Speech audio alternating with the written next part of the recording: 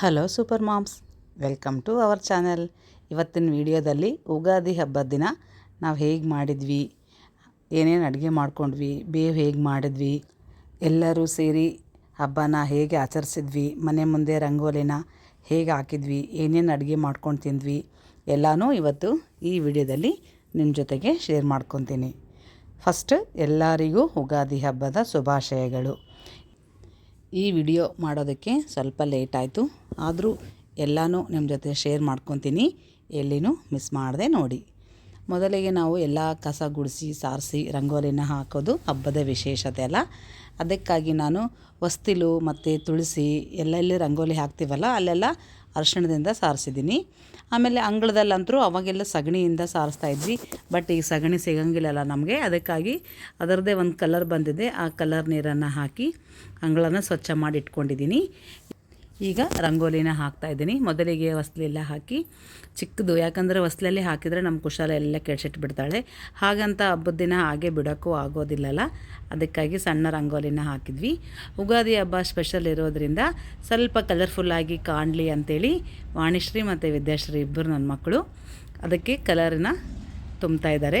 ಮಧ್ಯದಲ್ಲಿ ಒಂದು ಬಟ್ಲ, ಅಂದರೆ ಅದರಲ್ಲಿ ಬೇವು ಬೆಲ್ಲ ಹಾಕಿದ್ದೀವಿ ಅನ್ನೋ ಥರ ಅದರ ಒಳಗಡೆ ಒಂದು ಸ್ಪೂನ್ ಇಟ್ಟು ಸುತ್ತ ಈ ಯುಗಾದಿ ಸ್ಪೆಷಲ್ ಅಂದರೆ ಮಾವಿನಕಾಯಿ ಅಲ್ಲ, ಆ ಮಾವಿನಕಾಯಿ ಡಿಸೈನ್ಸ್ ಎಲ್ಲ ಬರೋ ಥರ ಫ್ಲವರ್ ಹಾಕಿ ಒಂದು ರಂಗೋಲಿನ ಇಳಿಸಿದ್ದಾರೆ. ಹ್ಯಾಪಿ ಯುಗಾದಿ ಅಂತಲೂ ಬರೆದಿದ್ದಾರೆ. ಆಮೇಲೆ ನೀವೆಲ್ಲ ನನ್ನ ವಿಡಿಯೋದಲ್ಲಿ ನೋಡ್ತಾನೆ ಇರ್ತೀರಿ, ಇದು ಬೇವಿನ ಗಿಡದಲ್ಲಿ ಹಾಕಿರೋ ರಂಗೋಲಿ. ಇದು ನಮ್ಮ ವಾಣಿ ಹಾಕಿದ್ದಾಳೆ. ಆಮೇಲೆ ತುಳಸಿ ಮುಂದನೂ ಒಂದು ಚಿಕ್ಕ ರಂಗೋಲಿ ಹಾಕಿ ಸ್ವಲ್ಪ ಕಲರ್ಫುಲ್ ಮಾಡಿದ್ದೀವಿ. ಹೊಸ್ಲಲ್ಲಿ ಸಹಿತ ಅಷ್ಟೇ, ಮೊದಲೇ ರಂಗೋಲಿ ಹಾಕಿದ್ನೆಲ್ಲ ನೋಡಿ ನಿಮ್ಮ ವಿಡಿಯೋ ತೆಗೆಷ್ಟೊತ್ತಿಗೆ ನಮ್ಮ ಕುಶಲ ರಂಗೋಲಿನ ಸ್ವಲ್ಪ ಕೆಡಿಸಿದ್ದಾಳೆ. ಇದು ಪಾರಿಜಾತ ಹೂವಿನ ಗಿಡದ ಮುಂದೆ ಹಾಕಿರುವಂಥ ರಂಗೋಲಿ. ಈಗ ಹೂಗಳೇನು ಬಿಡೋದಿಲ್ಲ, ಯಾಕಂದರೆ ಇವಾಗೆಲ್ಲ ಸಮ್ಮರಲ್ಲ, ಗಿಡ ಒಣಗಿಬಿಟ್ಟಿರುತ್ತೆ. ಬೆಳಗ್ಗೆ ಎಲ್ಲ ತಲೆ ಸ್ನಾನ ಆದಮೇಲೆ ಮನೆಯಲ್ಲಿ ಪೂಜೆನೂ ಅಷ್ಟೇ ಮುಖ್ಯ ಅಲ್ಲ, ಅದಕ್ಕಾಗಿ ನನ್ನ ಮಗಳು ಫಸ್ಟ್ ಮನೆಯಲ್ಲಿ ಪೂಜೆ ಮುಗಿಸಿದ್ಲು. ಅದಾದಮೇಲೆ ಬೇವು ಬೆಲ್ಲ ಕಲಿಸ್ಬೇಕಲ್ಲ, ಅದಕ್ಕಾಗಿ ನಾನು ಬೇವು ಬೆಲ್ಲ ಮತ್ತು ಮಾವಿನಕಾಯಿ ಎಲ್ಲ ಇಟ್ಕೊಂಡು ಎಲ್ರಿಗೂ ಯುಗಾದಿ ಹಬ್ಬದ ಶುಭಾಶಯಗಳನ್ನ ತಿಳಿಸಿದ್ದೀನಿ. ಅದು ಶಾರ್ಟ್ ವೀಡಿಯೋ ಮಾಡಿ ಅಪ್ಲೋಡ್ ಮಾಡಿದ್ದೀನಿ. ನಾನು ಶಾರ್ಟ್ ವೀಡಿಯೋದಲ್ಲಿ ಹೋಗಿ ನೀವು ನೋಡ್ಬೋದು. ಈ ಮಹೇಶ ಹೊರಗಡೆ ಮಾವಿನ ತೋರಣ ಕಟ್ತಾ ಇದ್ದಾನೆ. ಮಾವಿನಕಾಯಿ ನಮ್ಮಲ್ಲಿ ಗಿಡ ಇರೋದ್ರಿಂದ ಜಾಸ್ತಿನೇ ತೋರಣ ಹಾಕಿ ಕಟ್ಟಿದ್ದೀವಿ. ಆಮೇಲೆ ನಾವು ಬೇವು ಮಾಡಬೇಕಲ್ಲ, ಅದಕ್ಕಾಗಿ ಎಲ್ಲನೂ ರೆಡಿ ಮಾಡಿ ಇಟ್ಕೊಂಡಿದ್ದೀನಿ. ಕಡಲೆ ಪುಡಿ ಹಾಕಿ ಹುಣಸೆ ಹಣ್ಣನ್ನು ನೆನೆ ಹಾಕಿದ್ದೀನಿ.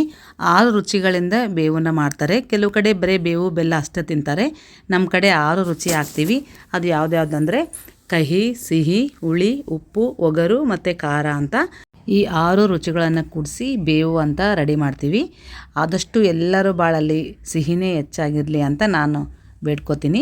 ಇನ್ನು ಹಬ್ಬದ ಅಡುಗೆ ಅಂತೂ ನಿಮಗೆ ಗೊತ್ತೇ ಇರುತ್ತಲ್ಲ, ಕಡುಬು ಬೇವು ಸ್ಪೆಷಲಾಗಿ. ಇನ್ನು ಈಗಿನ ಮಕ್ಕಳು ಸ್ವೀಟ್ ಜಾಸ್ತಿ ತಿನ್ನೋದಿಲ್ಲಲ್ಲ, ಅದಕ್ಕಾಗಿ ಪೂರಿ ಪಲ್ಯ ಎಲ್ಲನೂ ಮಾಡಿದ್ದೀನಿ. ಈ ಸಾರಿ ನಾವು ಫಸ್ಟ್ ಟೈಮ್ ನಮ್ಮ ಫ್ಯಾಮಿಲಿ ಪೂರ ಯಾರೂ ಮಿಸ್ ಆಗಿಲ್ಲ.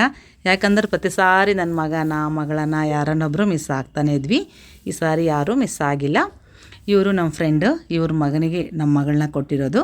ನಾವು ಅವರು ಕೂಡ ಎಲ್ರಿಗೂ ಯುಗಾದಿ ಹಬ್ಬದ ಶುಭಾಶಯಗಳನ್ನು ತಿಳಿಸಿದ್ದೀವಿ. ಆ ವಿಡಿಯೋನು ಶಾರ್ಟಲ್ಲಿ ಅಪ್ಲೋಡ್ ಮಾಡಿದ್ದೀನಿ.